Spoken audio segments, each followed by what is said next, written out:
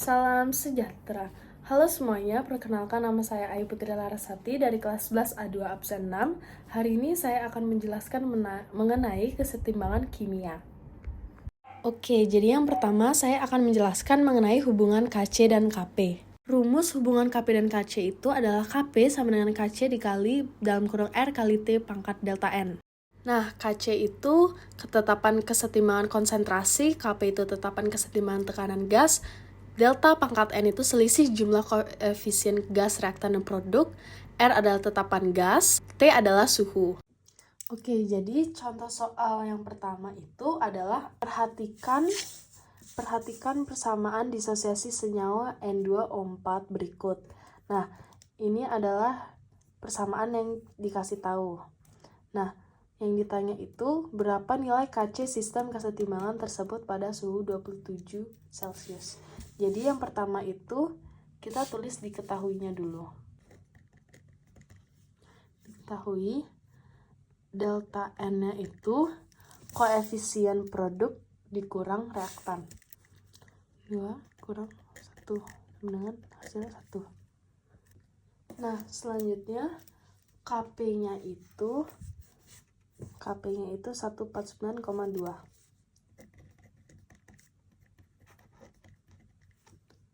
Nah, T-nya itu karena dia masih dalam bentuk Celsius, kita akan ubah ke K atau Kelvin. Nah, cara ubahnya itu 27 ini ditambah 273, hasilnya itu 300. Dan R-nya itu karena tidak dikasih tahu, R-nya itu selalu 0,082. Nah, yang ditanya itu Kc. Kita tinggal masukkan rumus Kp sama dengan Kc dalam kurung R kali T delta N.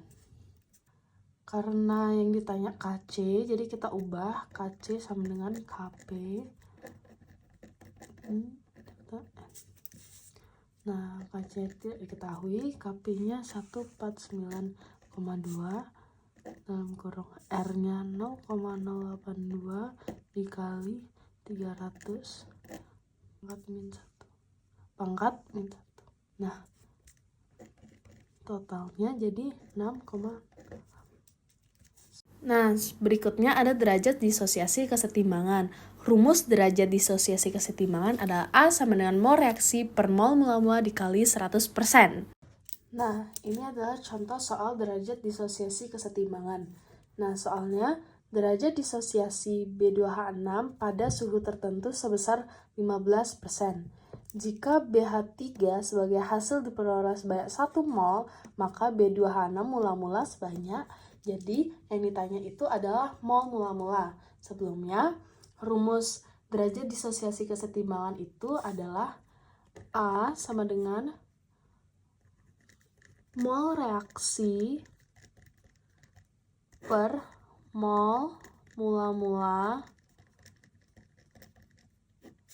dikali 100%. Nah, kita tinggal masukkan aja rumusnya. Sebelum itu kita tulis diketahuinya dulu.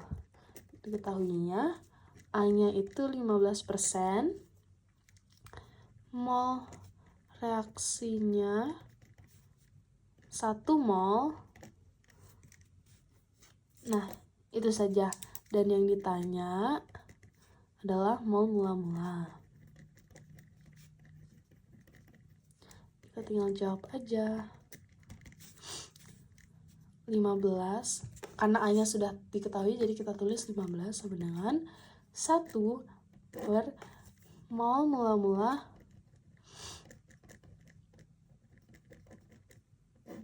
dikali 100%. Nah, karena yang ditanya mol mula-mula, jadi kita pindah 15-nya ke bawah, jadi 1 per 15.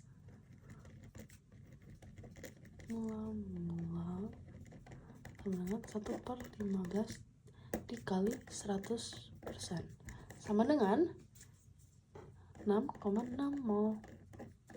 Selanjutnya ada hukum Hess pada kesetimbangan.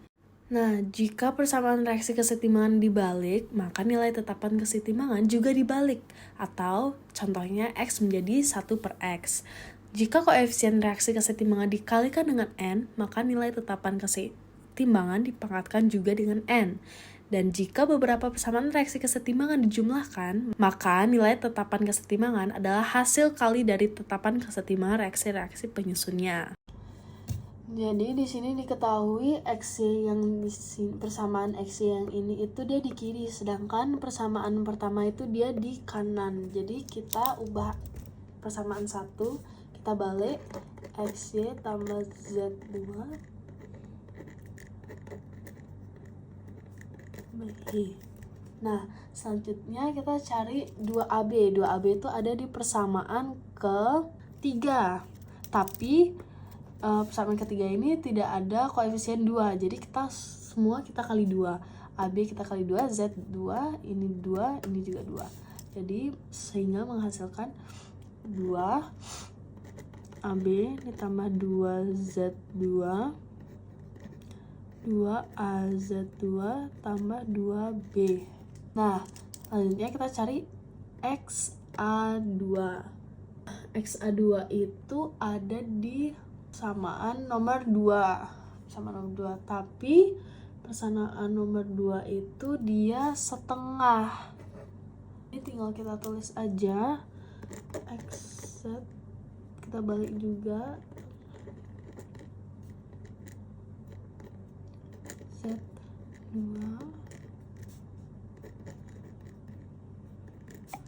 3 Y B 2Y. Nah, ini persamaannya udah kita balik semua. Sekarang kita ke KC. KC-nya juga kita balik. KC yang di awal ini kan 16. Nah, kita balik menjadi, ini kan sebenarnya 16/1. Jadi kita balik jadi 1/16. Yang ini juga kita balik jadi. Nah, selanjutnya karena KC yang persamaan yang ini itu 4/2. Nah, 4/2 itu kita kuadratin jadinya seperti ini. Kita kuadratin ini jadinya 16 kali 2 sama dengan 32. Nah, untuk KC yang ini itu dikuadratin jadi 4 dan yang ini dibalik jadi 1/8 gitu. Nah, selanjutnya kita coret yang sama. Ini sama, ini sama, ini sama, ini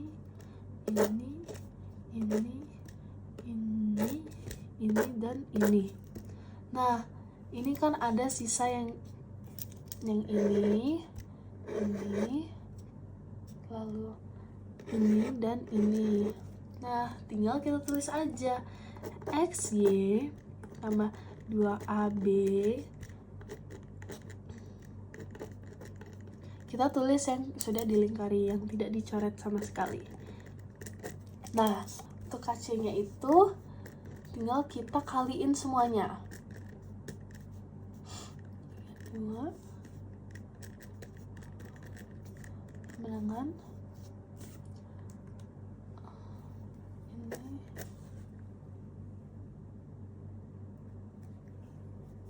2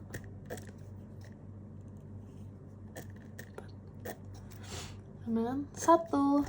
KC-nya kita dapat 1 dan persamaan yang ini sama dengan persamaan yang soal. Dan yang terakhir ada mengenai pergeseran kesetimbangan.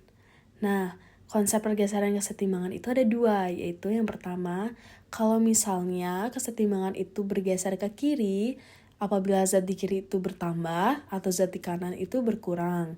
Kalau misalnya kesetimbangan dikatakan bergeser ke kanan, apabila zat di kanan bertambah atau zat di kiri berkurang. Selanjutnya ada pengaruh konsentrasi. Jika konsentrasi diperbesar pada reaktan atau produk, maka kesetimbangan itu bakal bergerak ke arah sisi yang konsentrasinya tidak diperbesar.